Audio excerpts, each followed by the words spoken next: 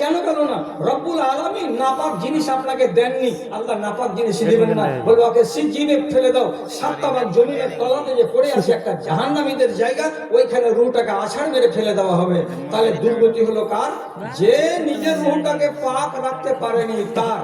আর যারা পাক রেখেছিল তাদের রূহটা উপর দিকে চলে গেল। তাহলে কি বোঝা গেল? রূহকে আপনি আপনার করতুতের দ্বারাই, আপনি আপনার আমলের দ্বারাই এটাকে খুশবুদার বানাতে পারবেন। আর আপনার আমলের দ্বারাতেই এই রূহটা গন্ধগি দুর্গন্ধযুক্ত হয়ে যাবে, এর ভেতর থেকে খারাপ গন্ধ বেরিয়ে আসবে। এটাও হয়ে যাবে। জি, জিসম ফানি হ্যায়, जिस्म फानी है, सजाने की जरूरत क्या है, हुस्न दुनिया को दिखाने की जरूरत क्या है।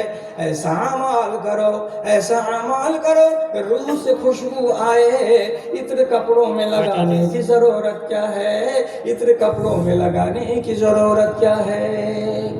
আর যদি দেহটা নাপাক করে দেন, তাহলে দেহটাকে তো আর আল্লাহ তাআলা বলবেন না যাকে পাহাড়ে ধুয়ে আয়, চিলকাউকে খাইয়ে দে। আপনার দেহকে ভালো হলেও মন্দ হলেও জমিনে ভরে দেওয়া হবে। কিন্তু যদি দেহকে নাপাক করে থাকেন, তো এই দেহের তকদির খারাপ আছে, গোড়া থেকেই শুরু হয়ে যাবে আপনার অবালে যান। এই জন্য দেহকে পাক রাখতে হবে। কিসে কিসে নাপাক হয় এই দেহ? যদি আপনি হারাম খান, দেহ নাপাক হবে। যদি হারাম কাজ করেন, তো দেহ নাপাক হবে। সাদ বিন আবি ওয়াক্কাস রাদিয়াল্লাহু তাআলা বলছেন, ইন্নি আলামু আন লোকমাতিন, আমি আমার মুখে যেগুলো লোকমা উঠাই সেগুলো সম্বন্ধে আমি জানি। মিন আইনা জাত, ওই লোকমাটা কোনখান থেকে আমি কামাই করে এনেছিলাম, আমি হালাল করেছিলাম না হারাম করেছিলাম, আমার সব জানা আছে। তাহলে তিনি বলছেন একটা হারাম লোকমা আমার মুখের ভেতর আমি পুরি নাই। কেন? হারাম লোকমা যদি দেহের ভেতরে যায়, দেহটা নাপাক হবে।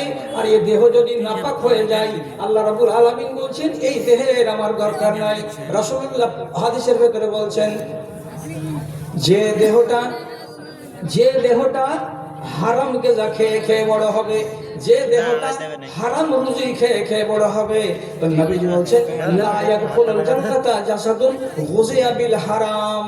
যেই দেহ হারাম খেয়ে খেয়ে বড় হয়েছে, যেই দেহ হারাম খেয়ে খেয়ে স্বাস্থ্যবান হয়েছে, এই দেহকে জীবনে কোনোদিন জান্নাতের মুখ দেখতে দেওয়া হবে না।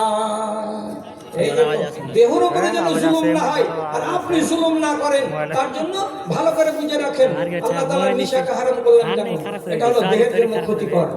যে জিনিসটা দেহের জন্য ক্ষতিকর, আল্লাহ তাআলা বললেন এটা হারাম, খেতে হবে না।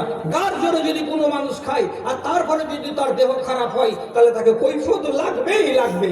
একটা মানুষ জানে যে তাম্বাকুর প্যাকেটে ঘায়ের ছবি দেওয়া আছে, মুখে ঠোঁটে ঘা, জিভেতে ঘা, দগদগে ঘা, বিড়ি সিগারেটের খাপে দগদগে ঘায়ের ছবি দেওয়া আছে, আর বলা আছে যে এগুলো যদি পান করো তাহলে ক্যান্সার হবে।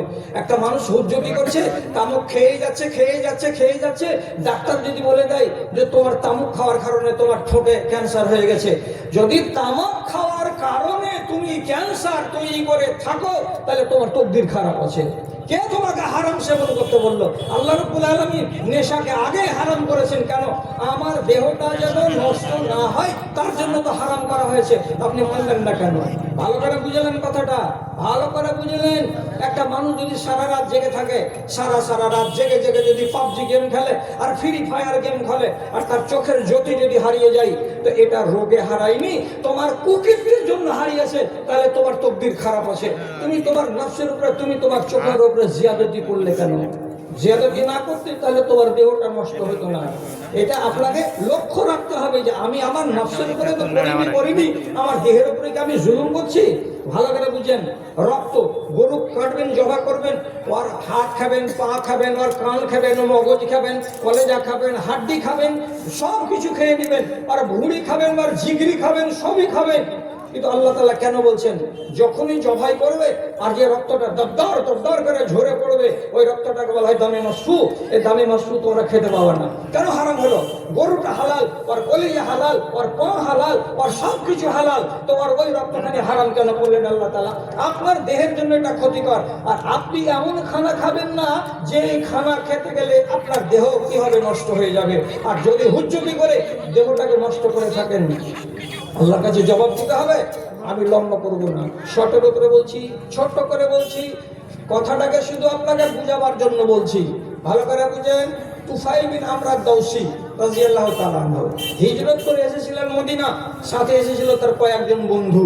তো এক বন্ধু একদিন তাকে বলছে, বন্ধু আমাকে মদিনার আবহাওয়া ভালো লাগে না, আমার শরীর এখানে ঠিক থাকে না, আমি বাড়ি চলে যাব, তুমি আমাকে বাড়ি পৌঁছিয়ে দাও। বারবার বলছে তুমি আমাকে বাড়ি পৌঁছিয়ে দাও। তুফাইল বিন আমর বলছেন, বন্ধু একটু কষ্ট করো ভাই, রাসূলুল্লাহর দেশে এসেছো, হিজরত করেছো, এর বড্ড সওয়াব আছে, তুমি একটু নফসের উপরে কন্ট্রোল করো, সবুর করো, একটু কষ্ট হয়েছে, ভালো হয়ে যাবে। না, ওই একদিন, দুদিন, 3 দিন পরে বলছে, না আমি বাড়ি চলে যাবো, তুমি আমাকে বাড়ি পৌঁছে দাও, আমি একাই যাবো না, তুমি আমাকে সঙ্গে করে নিয়ে এসেছো, তুমি আমাকে বাড়ি পৌঁছাই দাও। শেষের বেলায়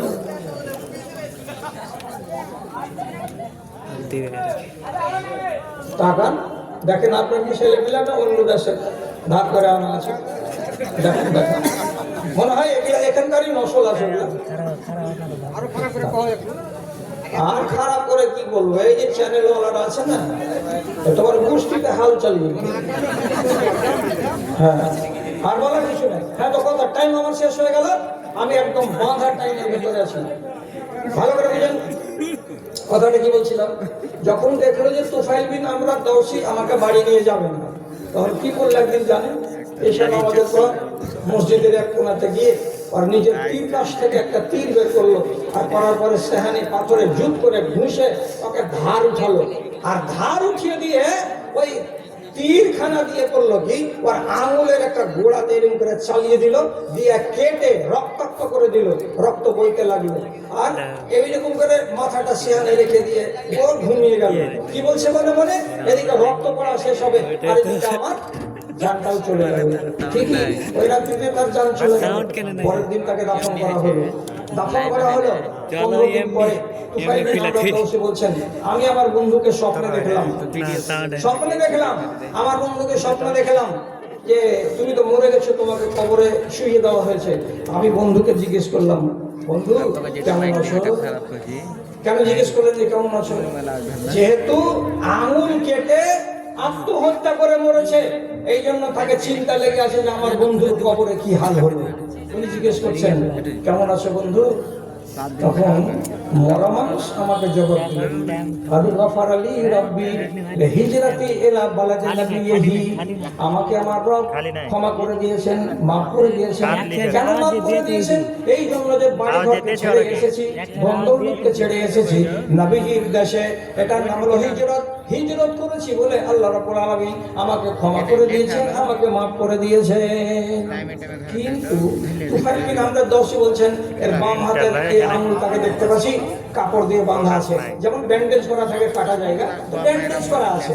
তখন আমি জিজ্ঞেস করলাম, তোমার বাম হাতে এই ব্যান্ডেজটা কি, কিসের জন্য এখানে কাপড়ে লাগানো আছে?